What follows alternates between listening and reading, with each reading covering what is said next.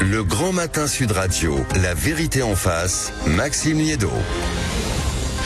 En direct jusqu'à 10h, 0826 300 300. C'est le numéro qu'il faut composer pour participer à la conversation discutaillée, comme on dit en bon français. Bref, parlez vrai. Vous connaissez, c'est le slogan de Sud Radio. Et répondre à cette question notamment, est-ce que vous n'avez pas l'impression, à force de voir ce qui ressemble quand même toujours aux mêmes images quand on parle des manifestations, de France face à face, on va dire, entre la France privilégiée qui peut se permettre d'aller manifester, même si on sait bien sûr que pour certains c'est un sacrifice, mais néanmoins entre la France privilégiée qui peut se permettre de travailler et une autre peut-être partie de la France qui bosse, qui était en retard dans ses livraisons à cause des manifestations, qui n'a pas pu prendre son train, qui n'a pas pu assurer ou qui a dû se retenir d'aller travailler parce qu'il fallait garder les enfants à cause d'une grande grève, ou même les artisans, les commerçants, les restaurateurs, les cafetiers qui hier forcément sont obligés ou de se barricader ou tout simplement de retirer au dernier moment quand même le mobilier à l'extérieur parce qu'ils savent qu'avec les quelques débordements ou un jour de manif, la sécurité des clients est en péril. C'est en tout cas la question qu'on vous pose. 0826 300 300.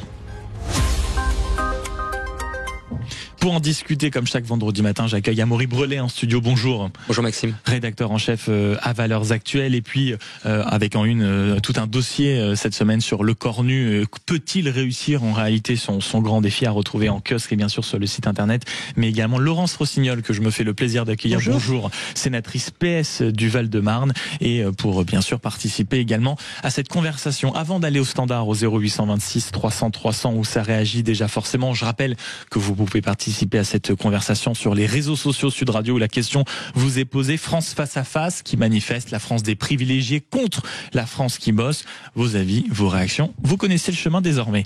Laurence Rossignol, est-ce que c'est à ça qu'on assiste en France depuis quelque temps quand on manifeste, c'est-à-dire deux France, qu'on le veuille ou non, face à face, celle qui bosse, qui n'a pas de choix, et celle qui a, d'une certaine manière, le luxe d'aller manifester? Alors déjà, peut-être que le mot privilégié me paraît assez malvenu. Un privilégié, c'est quelqu'un qui a des avantages supérieurs aux autres, qui en jouit et en profite. On peut pas dire que les gens qui manifestent soient des privilégiés. En général, c'est plutôt des gens qui se battent pour des salaires supérieurs pour tout le monde, pour des acquis sociaux. Donc ce ne sont pas des privilégiés. Cette histoire des deux France face à face, en fait, il n'y a jamais eu dans l'histoire des acquis sociaux de moment où 100% des Français sont descendus dans la rue. Mais ceux qui sont dans la rue et qui ont manifesté hier avec tranquillité, avec force, avec détermination, et on a bien vu quand même la différence entre les manifestants et les éternels casseurs, et on se réjouit quand même que les forces de l'ordre aient pu faire que cette manifestation ne soit pas avant tout une manifestation des casseurs. Ça c'est sûr. C'est une très bonne chose. Les casseurs sont le mot de Bruno Retailleau qui dit que la sécurité et la liberté de manifester a été assurée. Et les casseurs sont les premiers adversaires des manifestants et de leurs revendications. Alors, il y a toujours cette histoire de la délégation en fait de manifestation. Bien sûr, tout le monde ne manifeste pas. Moi, je m'intéresse plutôt aux revendications et au message qui était celui des manifestants hier, et à ce que nous disent les enquêtes d'opinion sur l'adhésion des Français à ces messages. Nous, socialistes, avons eu connaissance d'un sondage dans lequel on soumettait nos propositions, justice fiscale, pouvoir d'achat, trajectoire budgétaire, à l'opinion des Français. Est-ce que vous faites partie des personnalités politiques, Laurence Rossignol, qui affirment que oui, hier, ça a quand même été un succès? Je pense que hier, ce que ça a montré, c'est que le mouvement, que l'intersyndicale d'abord, c'est très important, était présente, unique, elle a entraîné, et que c'est un mouvement solide. Il y a un socle.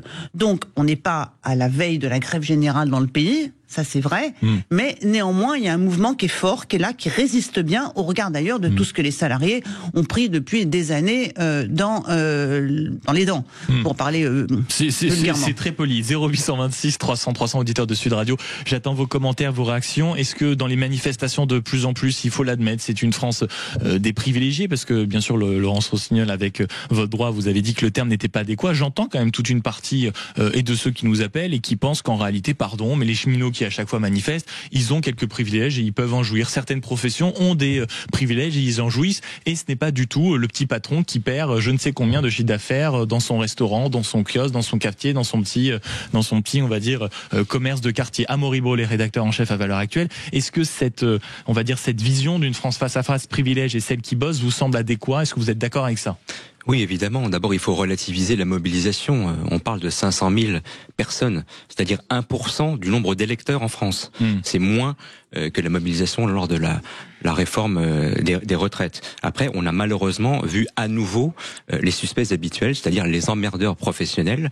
Évidemment, l'ultra-gauche qui a cassé, vandalisé, qui a blessé 26 policiers et gendarmes. On a vu même des militants islamo-gauchistes qui brandissaient des drapeaux palestiniens. On se demande ce qu'ils faisaient là. Et puis évidemment, le gros des troupes. Le drapeau malheureusement palestinien, c'est dans n'importe quelle mobilisation. Absolument. Maintenant, il est là. Et puis évidemment, le gros des troupes, formés essentiellement par des fonctionnaires qui sont des professions protégées, voire privilégiées, et qui ont été mobilisés en masse par des syndicats qui sont évidemment ultra politisés, non représentatifs et ultra minoritaires. Je rappelle que le taux de syndicalisation en France est 9%, c'est l'un des plus faibles de toute l'Union européenne. Donc une fois de plus, malheureusement, c'est la France qui n'a pas défilé évidemment dans la rue. On parle là d'une petite minorité agissante, et une fois de plus, c'est Nicolas qui paie pour Thierry le cégétiste, pour Zoé la lycéenne ou l'étudiante en sociaux, et puis pour Arthur le Black Bourge. Donc c'est bien la France qui bosse contre la France qui bloque. 0826 300 300. Laurence Rossignol. Peut-être pour revenir, parce que c'est presque incongru d'avoir cette discussion ce matin sur les privilégiés qui seraient les manifestants, alors que la question centrale dans ce pays, chez tous les Français, qu'ils aient manifesté ou qu'ils aient pas manifesté, c'est celle justement des privilèges des ultra riches et de la justice fiscale. Donc elle est là la question des privilèges aujourd'hui. Et à ce sujet-là, les Français sont très clairs, très majoritairement, qu'ils aient pu ou non descendre dans la rue, qu'ils aient pu ou non faire grève. Ils sont favorables à ce que la justice fiscale en France progresse et à ce que les ultra-riches, ces fameux 0,2% qui ont plus de 100 millions d'euros de patrimoine, contribuent à la hauteur de leur patrimoine à l'effort national. Ce que les Français disaient hier dans cette manifestation, c'est que si la France doit avoir une nouvelle trajectoire budgétaire, si la France doit prendre en charge un ajustement des dépenses et des recettes publiques aux exigences de réduction de la charge de la dette, cet effort-là doit être juste et partagé. Et ça, vous pourrez dire ce que vous voulez sur le nombre de manifestations. Oui, c'est partagé par un ensemble de personnes. Et Arlette Chabot, qui faisait l'édito politique, on peut essayer de criminaliser, on peut essayer de disqualifier, vous pouvez essayer de dire tout ce que vous voulez sur le mouvement d'hier, vous n'empêcherez pas que les Français aujourd'hui pensent que c'est injuste la manière dont on contribue. Ça, sans doute, mais ce que vous comprenez aussi, et enfin c'est ce qu'on attend au standard, et on va s'y diriger pour rejoindre le camarade Philippe qui nous a appelé au 0826 300 300 dans quelques secondes, mais est-ce que vous comprenez aussi tous ceux qui disent ouais, mais en réalité, d'accord, j'ai plein de choses qui ne vont pas dans ma vie, je suis un petit chef d'entreprise, je dois payer mes salariés, et précisément parce que je dois faire tout ça, je n'ai pas le temps de manifester. Il y en a beaucoup en France, sans doute, on va dire de façon injuste, pensent que ceux qui vont faire grève, même si bien sûr qu'on va avoir l'infirmière qui a le courage d'aller manifester avec sa semaine dans les pattes, bien sûr qu'on va retrouver certaines professions inhabituelles, mais globalement, l'esprit aujourd'hui de faire grève en France n'est peut-être plus tellement à la hauteur de ce qu'on observe dans le pays. Écoutez, c'est pas votre sensation? Non mais c'est un débat éternel. Aujourd'hui, regardons. Alors, je comprends parfaitement que pour des gens qui sont artisans, les livreurs, des gens qui ont besoin de prendre les transports en commun, une journée de grève et de mobilisation, c'est une journée qui est plus compliquée. Mais il y a quand même pas que ça qui complique la vie des Français au quotidien. Quand les Français n'ont pas de médecin, c'est une complexité de leur vie qui est bien plus importante. Quand les Français font la queue dans les services d'urgence, là aussi, quand il faut chercher des écoles, c'est tout ça. Donc l'ensemble des dysfonctionnements de la société française sont bien plus lourds dans la vie des Français que ne le sont une journée de mobilisation. Et en plus, c'est vraiment la mobilisation par procuration. Ceux qui ne manifestent pas soutiennent les revendications de ceux qui manifestent. C'est ça qui est majeur. 300 300, dirigeons-nous au standard. Bonjour Philippe. Oui, bonjour. Vous nous avez appelé à l'évocation de ce sujet. Ce n'est pas la France des privilégiés contre la France qui bosse. C'est ça que vous nous dites ce matin, Philippe? Écoutez, j'ai plusieurs réactions. D'abord, je salue l'ensemble des invités de votre plateau. Je voudrais rappeler à Madame Rossignol. Salutations réciproques, camarade. On a eu un président socialiste qui nous a dit que la finance était son ennemi. Et je me souviens pas qu'il ait pris des mesures extraordinaires pour justement s'attaquer aux injustices sociales que Madame Rossignol évoque. Mais ça, c'est une parenthèse par rapport à ce que je viens d'entendre. Elle vous répondra tout à l'heure. Oui. Je parlais naturellement de Monsieur Hollande et de son discours sur la finance. Alors, je crois pas.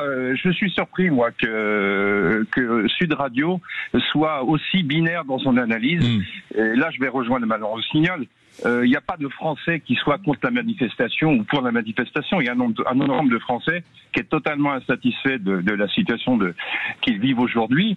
Il y a 86% des Français qui sont pour plus de justice sociale. J'allais dire que c'est beaucoup plus fort que les 0,5% de Français qui manifestaient peut-être. Donc il y a des sujets sur lesquels il y a une certaine unanimité. Manifester, est-ce que c'est utile aujourd'hui? Je ne crois pas, sincèrement. Ouais. On a eu la réforme des retraites et des semaines de manifestations. On a un chef de l'État qui est complètement, j'allais dire, inattentif à ce qui se passe dans la rue, à ce qui se passe pratiquement dans les familles françaises. Donc je ne suis pas sûr, je ne veux pas décevoir les manifestations, mais je ne suis pas sûr que ce soit très utile. Je ne crois pas que nous allons changer les choses en descendant dans la rue. On a eu encore une fois une démonstration qui ne sera peut-être pas écoutée. Mais mon cher Philippe, alors je vous rassure, si c'est provoqué de manière aussi binaire et provocante, c'est précisément pour que vous puissiez appeler, mon cher Philippe, au 0826 300 300. Et ce que je vous propose, on part en pub pendant une petite seconde et on revient vers vous au standard, camarade Philippe, avec les appels que je vois se succéder. 0826 300 300. La parole est à vous sur Sud Radio. On revient dans quelques instants, toujours en compagnie de Laurence Rossignol, sénatrice PS du Val-de-Marne, qui va discuter avec l'ami Philippe au standard, et Amaury Brelet, bien sûr, qui reste avec nous, rédacteur en chef à Valeurs Actuelles. À tout de suite. Le Grand Matin Sud Radio, la vérité en face, Maxime Liédot. 0826 300 300, c'est le numéro à composer si vous voulez continuer à dialoguer, participer autour de la table. On va bien sûr retourner voir le camarade Philippe qui nous expliquait, mais en réalité, bien sûr, personne n'est tellement contre la manifestation, surtout qu'il y a de bonnes raisons de manifester. Amaury Brelet, avant qu'on retourne au standard, est-ce que vous entendez quand même ce que dit aussi Laurence Rossignol et le camarade Philippe qui nous appelait et qui nous disait, mais en réalité, bien sûr, c'est juste que tous les Français ont conscience des problématiques actuelles, donc d'une certaine manière, la mobilisation est légitime. Oui, le mot d'ordre officiel, c'était plus de justice sociale et plus de justice fiscale. De façon moins polie, on a quand même vu dans ces manifestations des slogans comme « taxer les riches »,« abolition des privilèges », la taxe Zuckman vite, et on a même vu une guillotine qui a déambulé dans les rues de Paris avec des appels au meurtre visant Emmanuel Macron et des grands patrons de droite français. Sur le fond, il faut quand même rappeler et démonter quelques fake news. On nous explique, notamment la gauche, depuis des mois, que le problème en France, c'est d'abord un problème de recettes. Non, le problème en France, c'est un problème de dépenses. D'ailleurs, l'économiste Sylvain Catherine a signé une tribune formidable dans Le Point pour démonter justement, notamment la taxe Zuckman et les mensonges qui l'accompagnent, et qui rappelait qu'en 2023, la France collectait 51,4% de son produit intérieur brut en prélèvement obligatoire et recettes des administrations publiques, contre 38% en moyenne dans l'OCDE. Et d'après le World Inequality Database, qui est co-dirigé par les économistes Thomas Piketty et Gabriel Zuckman, la part des 1% les plus aisés dans la richesse nationale s'élevait à 27,2% en 2023, soit un niveau proche de celui de 1997, où il était de 26,7%. Et après impôt, leur part dans le revenu était de 6,6% en 2023, contre 7,5% en 1997. Donc le problème en France, c'est d'abord un problème de dépenses. Ça fait 50 ans qu'aucun gouvernement n'a présenté un budget en équilibre. Emmanuel Macron a une lourde responsabilité. Il a ajouté à lui seul 1200 milliards d'euros à la dette, plus 50%. C'est du jamais vu dans toute l'histoire du pays. Philippe, revenez avec nous, 0826 300 300. Vous êtes toujours là ? Je suis toujours là.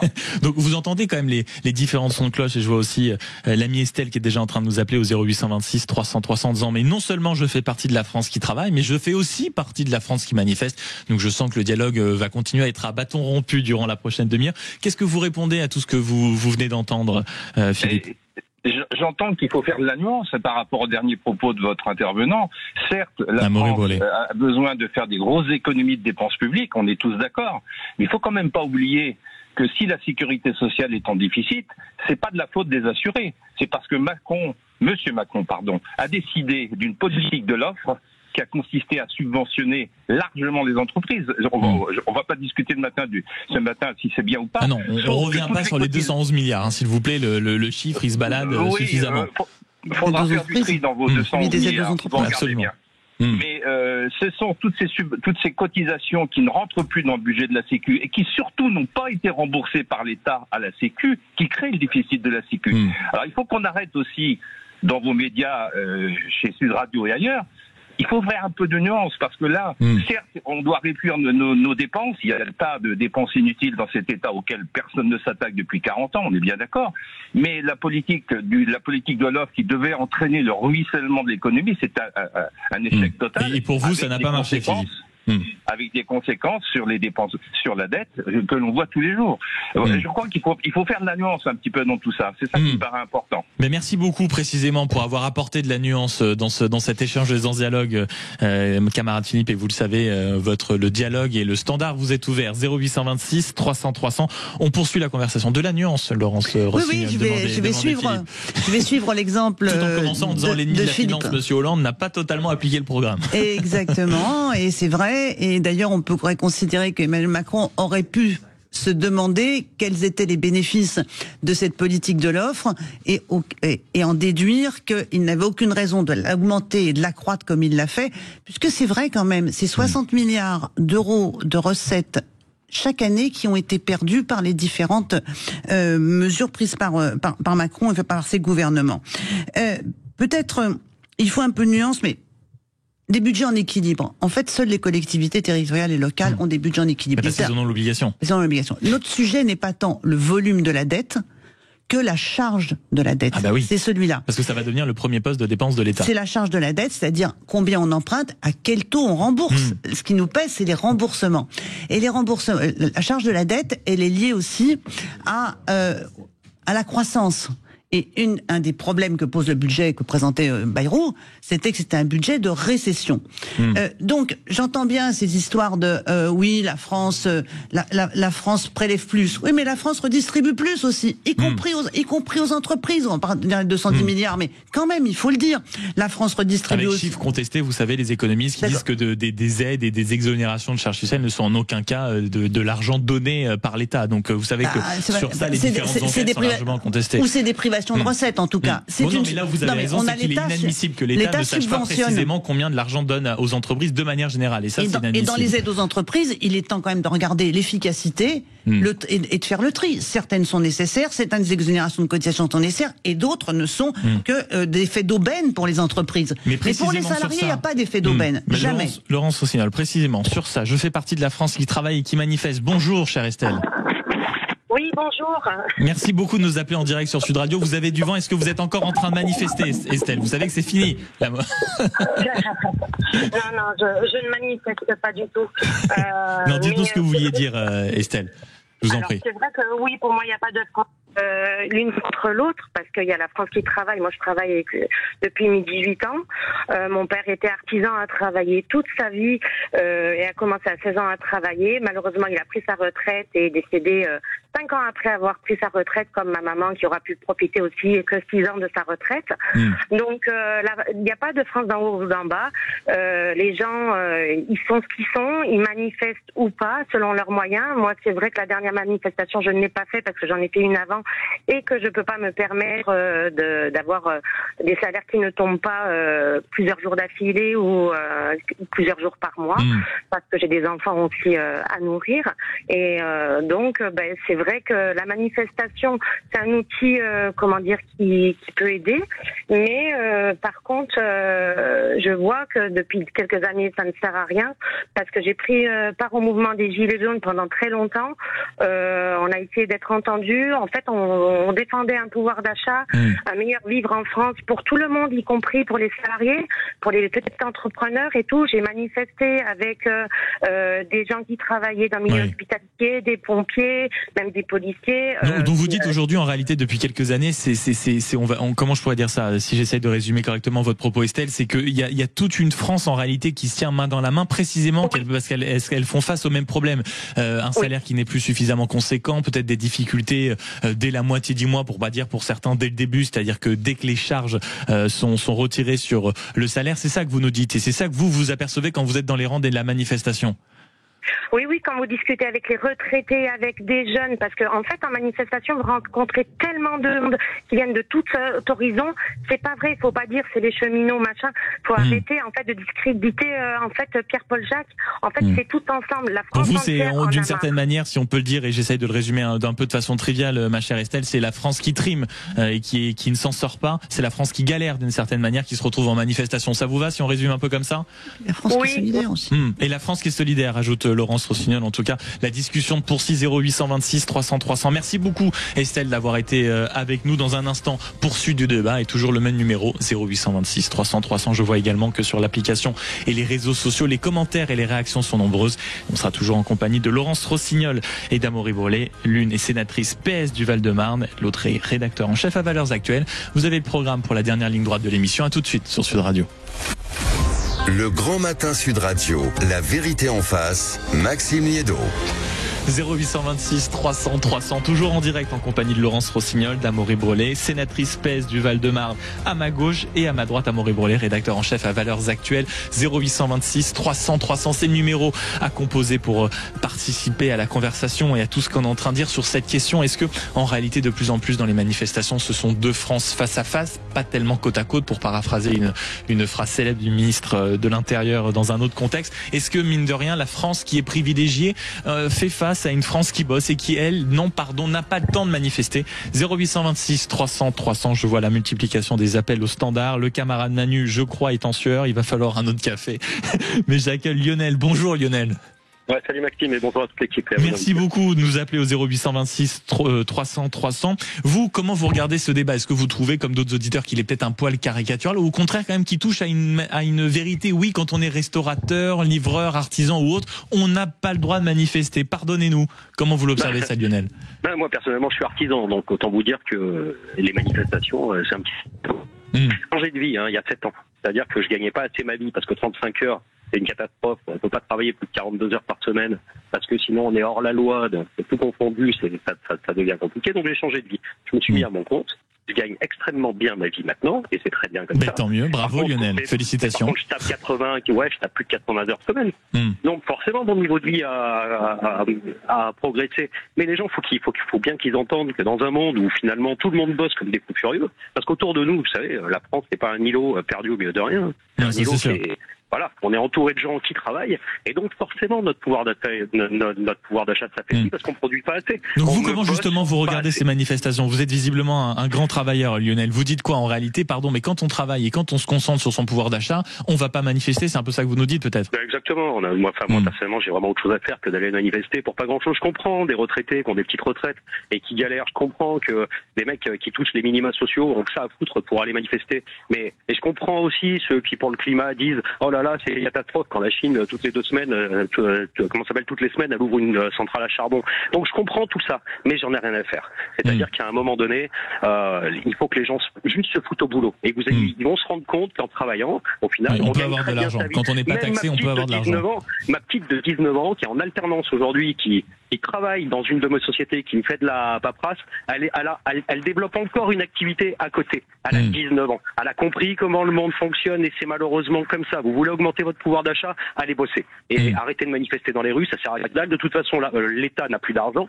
Tapez plus sur les sociétés, ça va me sembler compliqué. Moi, je suis à 67, perso pro, je suis à 76% d'impôts. 67% d'impôts. Perso pro, 76%. Voilà, c'est aussi simple que ça. Perso pro, 76%. Donc vous voulez me prendre quoi de plus? Vous voulez quoi de plus? La liberté de penser, comme dirait l'autre. Non mais moi je veux bien les donner, ça me gêne pas, je m'en fous complètement. De toute façon, les cartes sont sur la table, on joue avec ou on joue pas. Moi je joue avec le jeu. Mais par contre, vous venez pas me taper encore un peu plus dans la poche. Vous me laissez 25%, c'est déjà pas mal. Mais l'État est généreux, mon cher Lionel. Ouais, l'État est très généreux avec mon pognon. Voilà, oui, c'est ça. Très généreux avec mon pognon. Ça, c'est ça. Et je crois que ça sera le mot de la fin avec ce mot d'ordre quand même un peu. Allez bosser. Merci beaucoup, Lionel, et félicitations à votre fille qui, visiblement, à 19 ans, a décidé, comme dirait l'autre, parce qu'on va passer de Florent Pagny, que le charbon, c'était le casino, pour citer un grand chanteur marseillais, Laurence Rossignol. Comment vous répondez à Lionel qui dit, mais pardon, en réalité, tous ceux qui veulent augmenter leur pouvoir d'achat, il faut qu'ils aillent bosser. Peut-être que c'est une valeur. Est-ce que vous n'avez pas l'impression, c'est aussi de temps en temps ce qu'on entend ici, que un certain pouvoir politique a peut-être fait perdre la valeur travail? Est-ce que ça vous semble juste? On pourrait discuter effectivement sur le rapport au travail et le lien entre la politique et le travail. Je suis pas sûr que ce soit la politique qui fasse perdre la valeur travail. Je sais que les rapports entre les entreprises et les salariés se sont considérablement dégradés au cours des 20 dernières années, qu'à force que les gens se considèrent comme étant pas respectés, maltraités, on a perdu l'esprit d'entreprise, on a perdu l'esprit de la boîte, mais aussi parce que les gens se sont rendus compte que eux, ils se donnaient dans des entreprises où ils avaient l'esprit d'entreprise et qu'à un moment donné, les actionnaires, ils avaient plus aucun esprit d'entreprise quand il s'agissait de faire des licenciements et de mettre les salariés à la porte. Donc, je trouve que cette affaire de rapport au travail mériterait qu'on y passe une émission entière. Ce que je voulais simplement dire à monsieur, on vous invitera à l'occasion, promis. Avec grand plaisir. Je vais prendre un abonnement chez vous. J'espère bien. Ce que je voulais simplement dire à monsieur, c'est d'abord qu'il n'est pas concerné, son entreprise n'est pas concernée par les propositions qui sont faites aujourd'hui sur la fiscalité des très hauts patrimoines. C'est même pas les 1%, c'est les 0,2% du haut de la richesse française. Mais surtout lui dire que s'il est artisan, il a quand même besoin d'avoir des clients, probablement. Et que pour avoir des clients, il faut que les gens, ils aient un peu de sous. Et il faut que l'activité économique soit une activité dynamique. Et que les politiques qui consistent à comprimer le pouvoir d'achat des gens, qui sont des politiques de récession, elles finiront par peser également sur lui, quelle que soit son envie de travailler, parce qu'il a besoin d'avoir un carnet de commandes. Et que le carnet de commandes, c'est nous tous qui participons.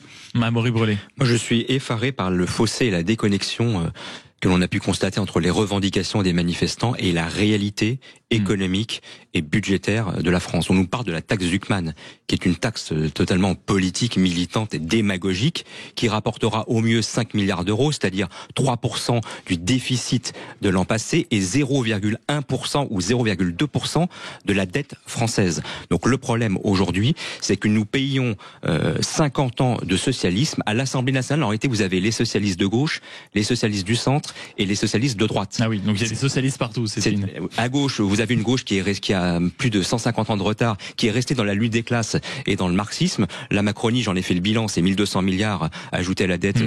Il n'y a pas besoin d'en rajouter. Et même la droite, aujourd'hui, court après la gauche. 50 nuances de socialisme. Bien sûr, les Républicains avaient défendu l'an passé déjà le retour de l'ISF. Aujourd'hui, ils se disent à nouveau favorables à une taxe sur les plus riches. En France, le problème, c'est d'abord un problème de surimposition. On a un niveau de prélèvement obligatoire parmi les plus importants au monde. C'est un problème de production et de croissance. Un chiffre, l'écart par rapport aux États-Unis en termes de PIB par habitant est passé de 24% en 2000 à 33% en 2023. 0826 300 300. Chantal qui nous appelle. Bonjour Chantal.